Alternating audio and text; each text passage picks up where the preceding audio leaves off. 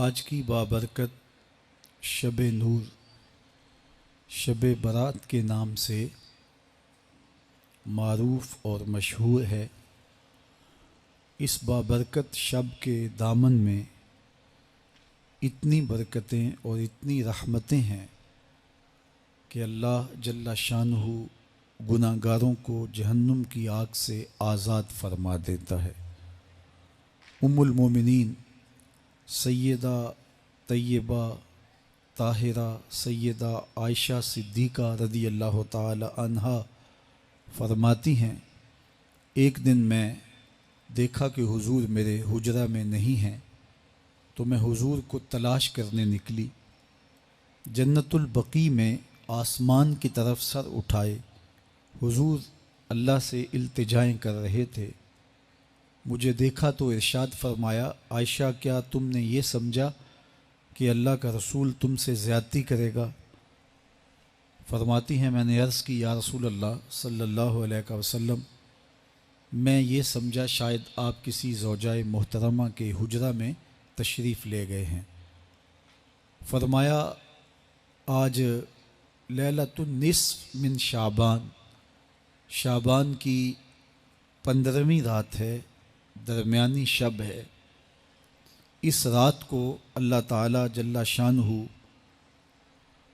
آسمان دنیا پہ نزول اجلال فرماتا ہے اور قبیلہ بنو کلب کی بکریوں کے بالوں سے زیادہ لوگوں کو جہنم کی آگ سے آزاد کر دیتا ہے۔ قبیلہ بنو کلب عرب کا بہت بڑا قبیلہ تھا جو بھیڑ بکریاں پالتے تھے اور لاکھوں کی تعداد میں ان کی بکریوں اور بھیڑوں کے ریوڑ تھے۔ تو اس قبیلے کی بکریوں کے بالوں سے بھی زیادہ گناہ گاروں کو جہنم کی آگ سے آزاد کر دیا جاتا ہے۔ تو یہ وہ بابرکت شب رحمت ہے، شب نور ہے، جس کے دامن میں اتنی برکتیں ہیں کہ کوئی محروم نہیں رہتا۔ صرف وہ بد نصیب لوگ جو شرک میں مبتلا ہیں، جو سخت کینہ پرور ہیں، جو قطع رحمی کرتے ہیں، قاتل ہیں، عادی شرابی یا بدکار ہیں، انہیں اس مبارک رات میں محروم رکھا جاتا ہے، ورنہ اللہ کی رحمتوں کا عموم اس بابرکت راتوں میں اس قدر ہوتا ہے کہ کوئی گناہ گار جو اس کے حضور ہاتھ دعا کے لیے اٹھاتا ہے اور اپنا دامن پھیلا کے اس کی رحمتیں مانگتا ہے، اسے محروم نہیں رکھا جاتا، بلکہ اللہ سب گناہ گاروں کو جہنم کی آگ سے آزاد کر دیتا ہے۔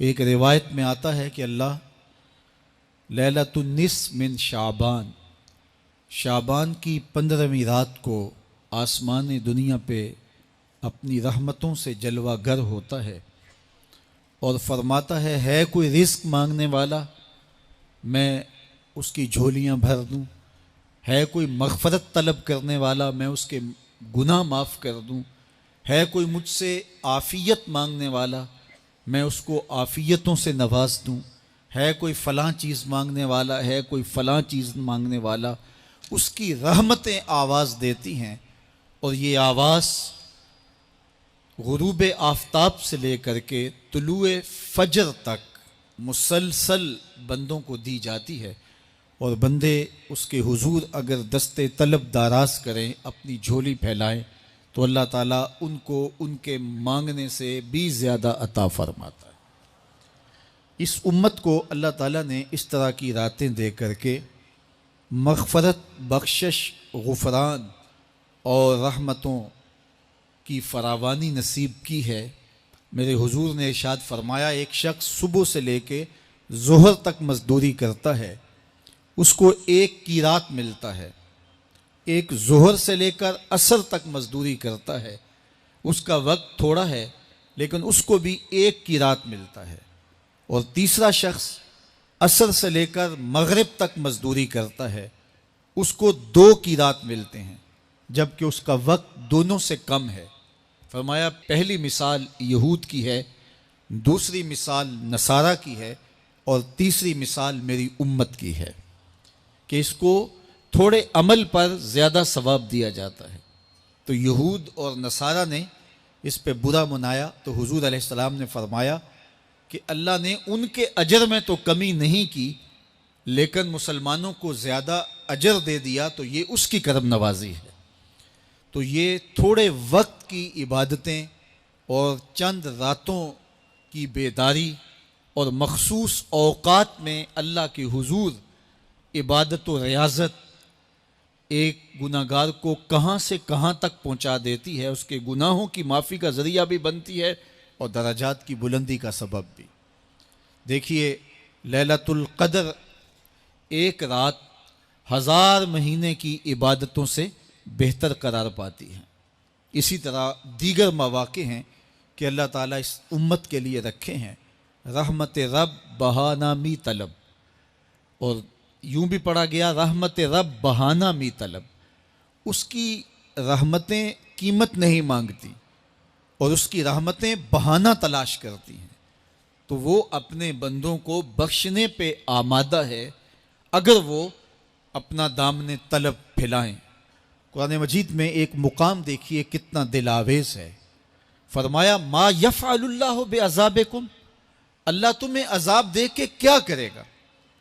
اس کی یہ چاہت نہیں ہے کہ تمہیں عذاب میں مبتلا کرے، اس کی چاہت یہ ہے کہ تم اس کی چوکھٹ پہ آؤ، جھولی پھیلاؤ، اس سے خیرات اور رحمت مانگو، اور وہ تمہارے ماضی کے سارے گناہ معاف کر کے، ساری غلطیاں معاف کر کے تمہیں اپنی رحمتوں سے مالا مال فرما دے۔ تو وہ بندوں کو بخشنے پہ، بندوں کی مغفرت کرنے پہ آمادہ ہے اور اس کی رحمتیں بہانے تلاش کرتی ہیں۔ اللہ اکبر۔ اور دوسری جانب اس کے بندے، اس کے مملوک، اس کی مخلوق، اور مخلوق کی گناہ گار اور نیکوکار اس کی رحمتوں کے طالب ہوتے ہیں، بلکہ وہ گناہ کرنے کے بعد جب معافی مانگتے ہیں تو اللہ کو یہ معافی بہت پسند ہے۔ معافی مانگنا، اس کے حضور اپنے دامن کو پھیلانا، وہ اس کو بہت زیادہ محبوب ہے۔ انسان کی فطرت کے اندر گناہ رکھا گیا ہے۔ آگ، ہوا، مٹی، پانی، یہ ان 4 چیزوں کا مرکب ہے۔ اس کے جو عناصر ہیں اس میں کبھی اعتدال قائم نہیں رہتا اور اس سے گناہ سرزد ہو جاتے ہیں۔ گناہ کرنے کے بعد بندے کا اس گناہ پہ اصرار کرنا، اڑ جانا، ضد کرنا، توبہ نہ کرنا، اللہ کو یہ پسند نہیں۔ لیکن اگر اس سے گناہ سرزد ہو جائے تو پھر وہ توبہ کر لے تو اللہ کو یہ بہت زیادہ پسند ہے۔ جو اس سے ہو سکے نیکی وہ اللہ کے حضور پیش کرے، لیکن اس کے اندر جو شر رکھی گئی ہے، اس کے اندر جو قوتیں گناہ کی رکھی گئی ہیں، اس سے اگر اس سے گناہ سرزد ہو جائے تو پھر وہ اللہ سے توبہ کرے، اللہ کی طرف رجوع کرے، تو اللہ اس کی توبہ کو نہ صرف قبول کرتا ہے بلکہ اس کے گناہوں کو معاف کرتا ہے اور گناہوں کو بدل کے نیکیوں میں تبدیل کر دیتا ہے۔ جب گناہ نیکیوں میں تبدیل ہو گئے تو جتنا بڑا گناہ گار تھا اتنا بڑا نیکوکار ہو گیا۔ حضرت سیدنا عمر رضی اللہ تعالیٰ عنہ بازار میں جا رہے تھے تو ایک شرابی نے ہاتھ میں بوتل پکڑی تھی شراب کی، تو حضرت عمر ہاتھ میں درہ رکھتے تھے اور آپ کا جاہ و جلال دیدنیت ہوتا، تو جو ہی حضرت عمر رضی اللہ تعالیٰ عنہ کو اس نے دیکھا تو ڈر گیا اور دل ہی دل میں کہا اے اللہ آج عمر کے قہر سے بچا لے، میں تیری بارگاہ میں سچی توبہ کرتا ہوں، اور جلدی سے شراب کو بغل میں چھپا لیا۔ اتنے میں حضرت عمر سر پہ پہنچ گئے اور گرج کر کڑک کے کہا کہ یہ تیری بغل میں کیا ہے؟ چونکہ اس کو بوتل چھپاتے دیکھا تھا تو وہ ڈر گیا اور ڈرتے ڈرتے کہنے لگا حضرت یہ سرکہ ہے۔ اب تھی تو شراب لیکن ڈرتے ہوئے بولا حضرت سرکہ ہے، تو حضرت عمر نے کہا نکال۔ جب نکالا تو شراب نہیں تھی، واقعی سرکہ بن چکا تھا۔ تو جب اللہ کے حضور کوئی توبہ کرتا ہے اللہ اس کے گناہوں کو بدل کے نیکیوں میں تبدیل کر دیتا ہے۔ حدیث پاک میں آتا ہے کہ قیامت کے دن اللہ ایک شخص کو کہے گا کہ اپنا نامہ اعمال پڑھ، تو وہ نامہ اعمال پڑھنے لگ جائے گا، تو نامہ اعمال کے اندر چھوٹے گناہ بھی ہوں گے، بڑے گناہ بھی ہوں گے، تو اللہ سے حیا کرتے ہوئے، شرم کرتے ہوئے وہ بڑے بڑے گناہوں کو چھوڑتا جائے گا اور چھوٹے چھوٹے گناہوں کو پڑھتا رہے گا۔ جب وہ سارے گناہ پڑھ چکے گا اور کتاب ختم ہوگی تو اللہ تعالیٰ اسے فرمائے گا، میرے بندے تو نے یہ جتنے گناہ پڑھے ہیں میں نے سب کو بدل کے نیکیوں میں تبدیل کر دیا۔ تو بندہ کہے گا، اللہ ابھی تو میرے بڑے بڑے گناہ رہتے ہیں جو میں نے پڑھے ہی نہیں۔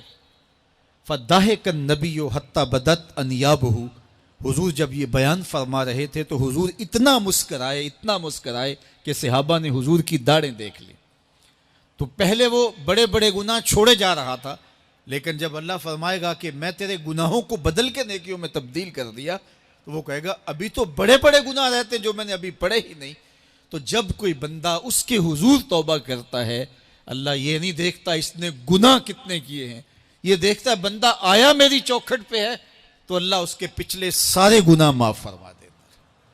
اللہ اکبر۔ میرے اور آپ کے آقا و مولا نے اللہ کے حضور توبہ کرنے اور اس پر اللہ کی خوشی اور اللہ کی خوشنودی کا ذکر کرتے ہوئے ایک مثال بیان فرمائی کہ ایک شخص صحرا میں سفر کر رہا تھا، تو وہ ایک درخت کے نیچے دوپہر کاٹنے کے لیے، سستانے کے لیے رک گیا اور درخت کے ساتھ اپنے اونٹ کو باندھ دیا اور خود لیٹ گیا تاکہ دوپہر کاٹ لوں۔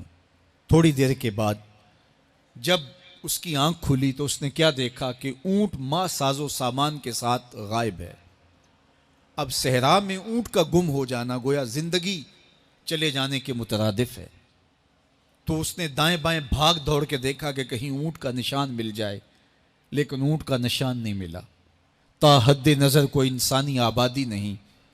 وہ بھاگا اور تھک ہار کے دوبارہ اسی درخت کے نیچے بیٹھ گیا اور پیاس سے ہلکان ہوا جا رہا تھا اور درخت کے ساتھ ٹیک لگا کے لیٹ گیا اور موت کا انتظار کرنے لگا۔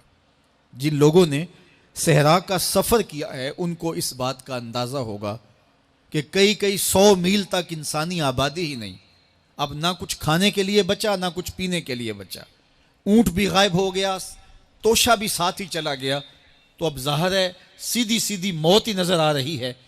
تو وہ اس درخت کے ساتھ ٹیک لگا کے بیٹھ جاتا ہے اور موت کا منتظر ہوتا ہے۔ تھوڑی دیر کے بعد پھر اس کی دوبارہ آنکھ لگ جاتی ہے۔ جب دوبارہ آنکھ لگتی ہے تو تھوڑی دیر بعد پھر آنکھ کھلتی ہے۔ جب دوبارہ آنکھ کھلتی ہے تو دیکھتا ہے کہ اونٹ جو گما تھا ماں ساز و سامان کے اس کے پاس کھڑا ہے۔ تو صحرا میں اس حالت میں اونٹ کا مل جانا زندگی مل جانے کے مترادف ہے۔ تو وہ اتنا خوش ہوا کہ خوشی کی انتہا نہ رہی، بلکہ مسرتوں کے ہجوم میں درک گیا اور کہنے کیا لگا، اللہم انت عبدی وانا ربک، اے اللہ تو میرا بندہ اور میں تیرا رب۔ کہنا تو یہ تھا کہ تو میرا رب اور میں تیرا بندہ، لیکن مسرتوں کا ہجوم ہی اتنا تھا، خوشیوں کا ہجوم ہی اتنا تھا کہ زبان پہ قابو نہ رہا۔ کسی کے آنے سے ایسے ہوش اڑے ساقی کے، شراب سیخ پہ ڈالی اور بوتل میں کباب۔